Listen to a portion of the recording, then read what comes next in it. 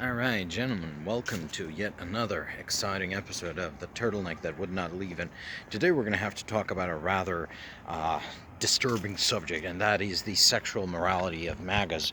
And well, let's just start by saying it. Trump blew it, by which, and by it, I mean Bill Clinton. And although in the interest of facts and full truthfulness, it is not yet clear that the Bubba that Trump is alleged to have blown, which is to say given oral sex to, is Bill Clinton. There's also the outside possibility that it is in fact Ghislaine Maxwell's horse, who was also named Bubba.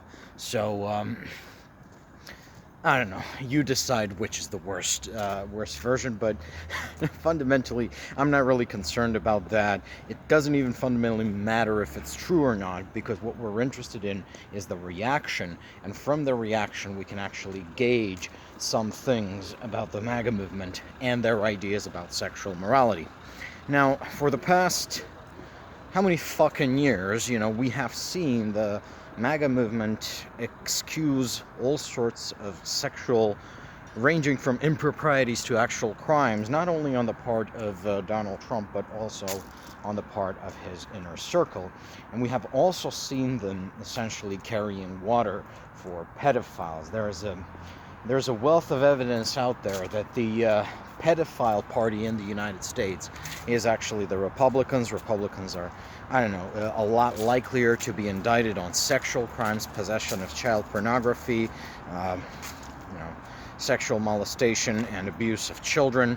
And there is actually an ideological reason for this, and this is because this is due to the authoritarian nature of basically right-wing politics, which does not view legality and morality through this sort of, let's call it rights/consent lens, which is typical of the left, but rather it sees these things as power relations. And where you have power in the conservative mind, what is owed is obedience, right? And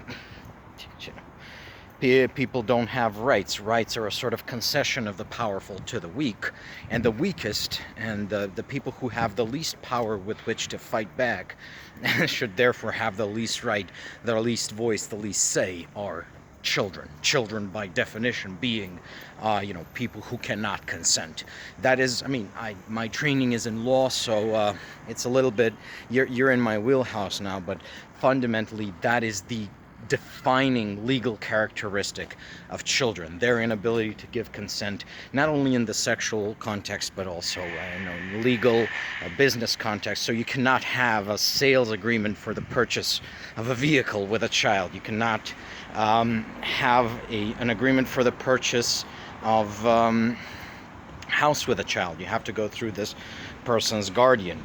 And of course, in certain respects, the child's sexual agency cannot be traded away. So you cannot obtain permission from a child's guardian in order to engage in sexual activity with a child, as much as basically this sort of right-wing authoritarian approach to human relations would love to make that legal. Make it legal for parents to sell their children into slavery, sexual or otherwise. It is fundamentally one of those things. So, but here's the thing, right? What has actually driven MAGA from Donald Trump? What has driven them to actually break with their messiah, with their cult leader, is not the fact that he is in all likelihood documented in the Epstein files as raping underage girls. You have fucking Megyn Kelly, and a friend of mine actually referred to her as Mar-a-Lago clone number 49, because these people look so much like each other. They're like they have, in Neon Genesis Evangelion, dating myself there, they have this vat of Ray Ayanami clones in the basement of the facility, and they just swap them out when necessary. I think they actually have that for the MAGA people, especially the women. They all look like one another, and that is just repulsive. I think that, I don't know, let's not get into that. But Megyn Kelly was out there saying, well, actually, if she's old enough to bleed, she's old enough to breed. If there's grass on the lawn, time to go to, that sort of bullshit people say to justify having sex with 13-year-olds. Yeah, that's the kind of thing she was saying. And it's like, oh, well, it's okay. I mean, he was technically breaking the law by having sex with these underage children, but they're not, 5 years old. They're 13, they're 12, they're 16 or whatever. And it's like, yeah, let's not. Yeah, so they're in that stage of pedophilia, excusing the MAGA people. But what really drove them to start turning on Donald Trump, just sort of start condemning him en masse, was the realization that he may have, given a blowjob to Bill Clinton, which, as a lot of people have pointed out, regardless of your opinions of Bill Clinton or men having sex with men, is fundamentally legal, provided that, both parties consented, which I think they did. I mean, I don't know, maybe just Clinton just shoved it there against Trump's will. It wouldn't be the first time Bill Clinton has gotten handsy with people. But if it is so, this is what really drove them to do it, and that is because the essence of MAGA sexuality is dominance, is using power to compel another person to engage in sexual acts with you. This is why, there's this whole universe of MAGA fantasies about compelling women to have sex with them, to marry them, because a lot of these people are lonely young men or lonely divorced old men who are sort of saying, women will never love you because reasons, and these reasons are usually bullshit, and you have these bitter, divorced old men just filling the heads of younger guys who are struggling with women, struggling with their confidence, but all sorts of bullshit about females, about just basically, no woman is ever going to love you, so you're going to have to find a way to enslave women, essentially. And you also got the factor of a lot of the MAGA, let's call them opinion makers, are closeted homosexuals who have this sort of resentment of women, characteristic of closeted homosexuals, which, we don't really have the time to get into it there. You just kind of have to take my word for it that this sort of resentment exists, and it's there for a good reason. It is a product of this sort of psychology, and you have this notion that, you're never going to have sex because women are just going to reject you. Therefore, if you want to be sexually successful, we're going to have to, as a society, enslave women and force them to have sex with us. And it is really just how this movement ropes young men into supporting them, even though young men may not be actually excited about other parts of the policy. It is fundamentally this thing.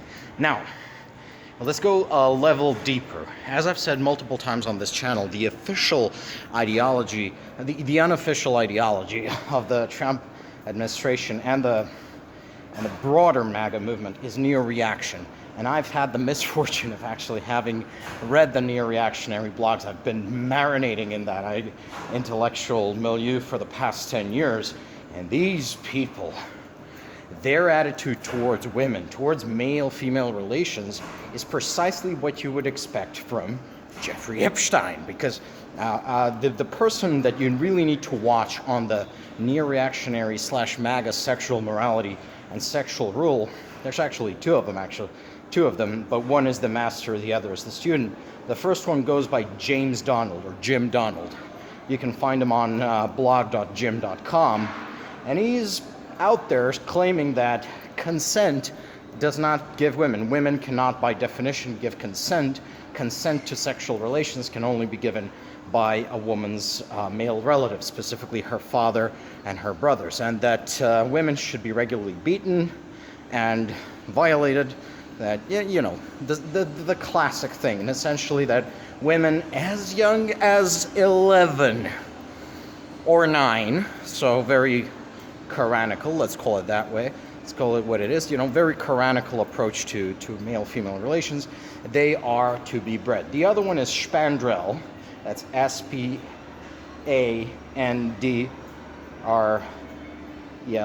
I think I don't know, he lives in China somewhere. He's one of these Europeans that moved to China and agreed to become propagandists for the CCP, so Yeah, that's the idea. But these people are fundamentally the alpha and omega of neo-reactionary sexual morality, as this sort of drips into the broader MAGA movement. And crucially, this is what a lot of Trump's people actually believe about male-female relations. You know, they believe that it's fun. Sexual relations and power relations to them are literally the same thing. You know, so if you can overpower a sexual object, then there's nothing to stop you from having sex with it. You own it, essentially. These people are very ownership focused when it comes to sexual relations. This is why I keep saying they want to enslave women and children, and a lot of these people are also homosexuals, so men and boys as well. Don't think just because you're a heterosexual man you can avoid the bum rape from these people. No. A lot of people are going to get raped. Because this is also how these people assert authority. This is how their very good friends, the Russians and the Qataris and the Saudis and the Israelis, assert authority in male hierarchies. They rape each other in the ass.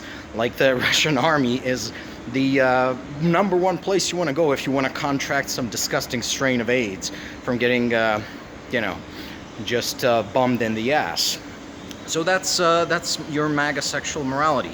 So is it any wonder, right, that these people are okay with whatever Epstein was doing on the infamous island? Is it any wonder that they're fundamentally okay with hundreds of young girls being trafficked and raped and used as blackmail? Because that's what Epstein was doing with the tapes. He wasn't just doing it just to have wanking material. No, he was using this material to blackmail powerful people, including Donald Trump, including Larry Summers, including, let's face it, Bill Clinton, Ehud Barak, the Prime Minister of Norway, a lot of powerful people, Prince Andrew of the United Kingdom. And so they're okay with that. What they're not okay with is Trump blowing another man. You know, whether it's Bill Clinton, whether it's Ghislaine Maxwell's horse, whether it's some other bubba, they're against this because it shows, in classical Soprano style, that he's catching, not pitching, that he's the submissive party, not the dominant party. Because that's what sex is to these people. Domination games, power games. There's no love involved in the sexual act for them. That's the ugly reality of MAGA sexual morality.